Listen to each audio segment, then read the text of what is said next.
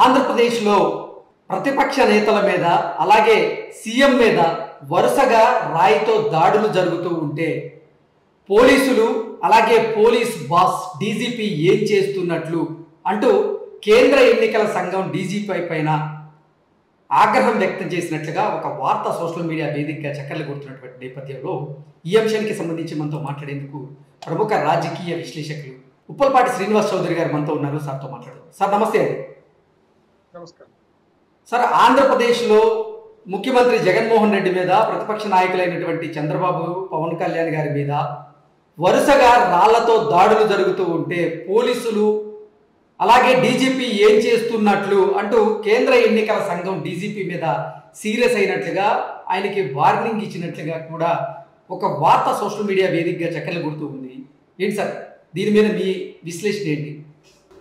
కృష్ణ గారు, world TV ప్రేక్షకులకి మీకు నా నమస్కారాలు. ఆంధ్రప్రదేశ్లో దాడులు కొత్త కాదండి.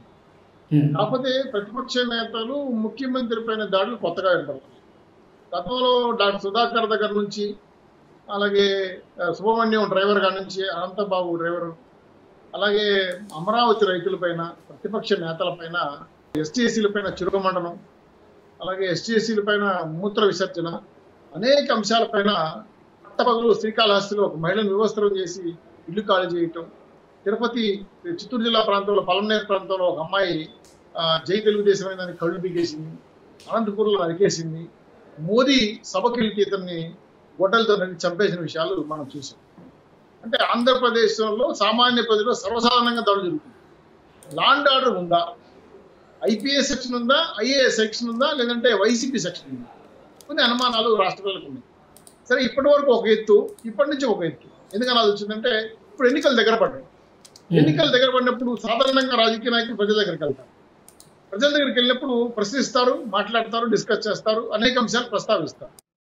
నచ్చిన వాళ్ళు చేకొడతారు, నచ్చిన వాళ్ళు వ్యతిరేకిస్తారు. ఇక్కడ కొత్త ఒరవడికి తెరలేపింది. గతంలో చెప్పుదాడి వేశారని నేను విన్నాను, కానీ నాకు కరెక్ట్గా తెలియదు. అనంతపురం ప్రాంతంలో అనంతపురంలో ఒక ఆగంతకుడైతే జగన్మోహన్ రెడ్డి వాహనం మీద చెప్పుతో దాడి చేసేందుకు ప్రయత్నం చేశారు. కానీ అది జగన్మోహన్ రెడ్డికి తగలకుండా పక్కన పడటంతో ఆ ఘటనలో జగన్మోహన్ రెడ్డి గారు తప్పించుకోవడం జరిగింది. అది మనం చూసాం. అంటే ఆ ఘటన నుంచి అలర్ట్ అవ్వాల్సినటువంటి సిబ్బంది, భద్రతా సిబ్బంది నిర్లక్ష్యంగా వ్యవహరించారు అంటూ కూడా కొన్ని ఆరోపణలు అయితే పెద్ద స్థాయిలో, అంటే కొన్ని ఆరోపణలు వస్తూ ఉన్న నేపథ్యంలో అసలు బాధ కలిగించే అంశం ఏంటంటే, గతంలో రాజీవ్ గాంధీ గారిని కూడా హెచ్చరించారు, మీ మీద దాడి జరుగుతుందని జాగ్రత్తగా ఉండాలి. ఆయన సెక్యూరిటీ రీజన్స్ ని వైలేట్ చేసేయడం వల్ల ఆయన చనిపోయాడు. ఈ మధ్యకాలంలో వియత్నాం ప్రాంతంలో కూడా ప్రతిపక్షం ప్రజల్లోకి వెళ్తే కాల్చి చంపేశారు. ఇక్కడ ఏమంటానంటే, ఎవరైతే సెక్యూరిటీ సిబ్బంది నిఘా వ్యవస్థలు ఉన్నాయో వారి సూచనలు పాటించాలి. పాటించి తగిన జాగ్రత్తలు తీసుకోవాలి. ప్రజలకు కలవకూడదు, దూరంగా ఉండమని చెప్పట్లేదు, కానీ కలవండి. కానీ ఇక్కడ ఏమైందంటే, నీ మీద వ్యతిరేక వర్గీయులు, నిన్ను కాదనుకుని ఇష్టపడిన వాళ్ళందరూ కూడా నీ మీద కొంచెం కోపంగా ఉన్న వాళ్ళందరూ కూడా ఇటువంటి సందర్భాలు ఉపయోగించుకుంటారు.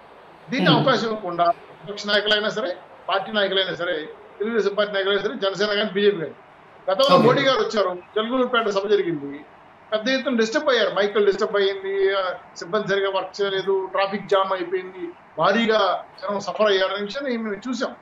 అంటే ఇప్పుడు ప్రజల్ని కలుస్తున్న ప్రజానాయకులు మీరు తగిన జాగ్రత్తలు తీసుకోవాలి, ప్రజల్ని కలవాలి, ప్రజలకి మీరు ఇవ్వాల్సిన సందేశాన్ని ఇవ్వాలి. ఇప్పుడు గతంలో చెప్పుదాడి జరిగినప్పుడు ఎందుకు జాగ్రత్తగా లేరు? మళ్ళీ ఇప్పుడు రాళ్ళదాడి జరిగినప్పుడు ఎందుకు మధ్యాతగా ఉన్నారు? అదే బాబు గారి మీద కూడా రాళ్ళు వేశారు, కర్రలు వేశారు, పవన్ కళ్యాణ్ కూడా రాళ్ళు వేశారు, వాహనాలు అడ్డం పెట్టారు. అంటే నేను ఏమంటానంటే, ఇది మన ఆంధ్ర రాష్ట్రంలో జరుగుతున్నట్టు వింతాచారం. తెలంగాణలో కానీ, కర్ణాటకలో కానీ, వేరే ఇతర రాష్ట్రాల్లో కూడా ప్రతిపక్ష నాయకులు, అధికార పక్ష నాయకులు జనరల్ తిరిగితే ఎవరు ఏమనేవాడు, ఎవరు వాళ్ళని నీళ్ళు యూజ్ చేసుకుంటారు. కానీ దుర్మార్గమైన ఈ ప్రభుత్వం, యాక్షనిజంకి అడ్డంగా మారిన ఈ రాష్ట్ర ప్రభుత్వం, ఈ దాడులు పరిదాడులు ఎక్కువయ్యాయి. అగాంతకులను దృష్టిలో పెట్టుకొని పిఠాపురానికి కడప నుంచి మనుషులు పంపించి అక్కడ ఓడించడానికి ఏ విధంగా అయితే గొడవలు జరుగుతున్నాయో, ఇప్పుడు రాష్ట్ర వ్యాప్తంగా కూడా ఓడిపోతామనే భయంతో జగన్మోహన్ రెడ్డి గారు ఒక వింత వ్యూహాత్మకంగా చేసుకున్న కార్యక్రమాలుగా మేము భావిస్తున్నాం. దీనికి తెరపడకపోతే చాలా నష్టం జరుగుతుంది. ఎందుకంటే రాయి కంటి పైన నొది జరిగింది, సంతోషం. మరి కంటికి తగులుంటే, తగలరాని చోట తగులుంటే ప్రాణానికి ప్రమాదం కదా. రాయి అయినా సరే.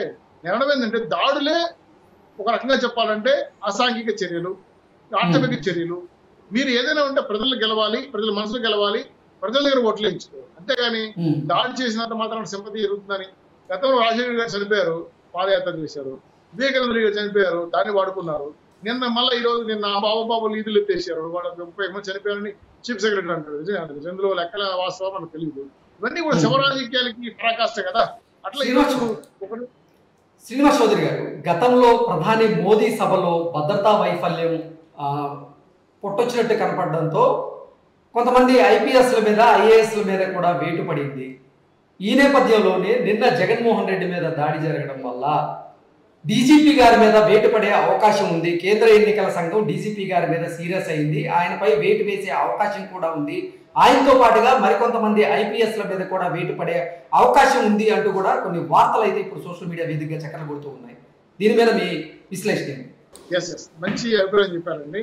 నేను ఇన్ని సంఘటనలు ఎందుకు ఉటంకించానంటే, next target DGP, chief secretary, అలాగే ఇంటెలిజెన్స్ చీఫ్, వీళ్ళ ముగ్గురిని మార్చడం కోసం ఎన్నికల కమిషన్ డిసైడ్ అయిపోయింది. ఆల్రెడీ ఓరల్ గా చెప్పారు, ఫోన్ ద్వారా హెచ్చరించారు, రిటర్న్ గా నోటీస్ ఇచ్చారు. ఏటికి కూడా స్పందించకుండా పూర్తిగా అధికార పార్టీకి అంటకావుతున్న డీజీపీ కానీ, సెక్రటరీ కానీ, ఇంటెలిజెన్స్ చీఫ్ కానీ వీళ్ళ యొక్క విధి విధానాలు వదిలేసి, అంటే పార్టీ పరంగా వెళ్ళిపోతున్నారు, పార్టీ కార్యకర్తలుగా మారిపోయారు. పూర్తిగా జగన్మోహన్ రెడ్డి గారి యొక్క కాలేయాలుగా మారిపోవడం అనేది రాష్ట్ర ప్రజలు ఎవరు కూడా సంతోషించడం లేదు. ఎలక్షన్ కమిషన్ సీరియస్ గా తీసుకుంది, సెంట్రల్ ఎలక్షన్ కమిషన్ ఇంకా సీరియస్ గా తీసుకుంది. ఎందుకంటే ఎలక్షన్ కమిషన్ పరిధిలో ఉన్నటువంటి కోర్టు ఉన్న పరిస్థితుల్లో ఫ్లెక్సీలు దిగిపోయినా, బోర్డులు దిగిపోయినా పట్టించుకోరు. కానీ దాడులు ఈ విధంగా జరుగుతూ ఉంటే, వన్ సైడెడ్ గా కేసులు పెట్టకుండా, దోషులను పట్టుకోకుండా కేవలం నిందలు ఆరోపణలతో జరుగుతున్న కార్యక్రమాలు చూస్తూ ఉంటే ఇది చాలా ప్రమాదం. ఏదైతే సంఘటన జరిగిందంటే వెంటనే ఆ దోషులు పట్టుకోవాల్సిన బాధ్యత పోలీసు నిఘా వ్యవస్థల మీద ఉంది. ఆ పాత్ర వీళ్ళు పోషించడం లేదు.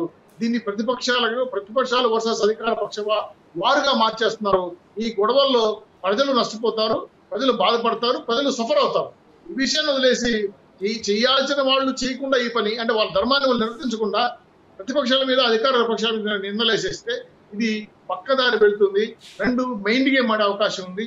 3 రాష్ట్ర ప్రజలు భయభ్రాంతులకు గురే అవకాశం ఉంది. 4 శాంతి భద్రతలకు కరువు ఏర్పడే అవకాశం ఉంది. ఇవన్నీ చూస్తే పూర్తి స్థాయిలో రాష్ట్రం అగ్నిగుండం మారే అవకాశం ఉంది. కాబట్టి వెంటనే DGP, chief secretary, intelligence chief మీద చర్యలు తీసుకోమని చెప్పి ఆల్రెడీ డిసైడ్ అయిపోయారు.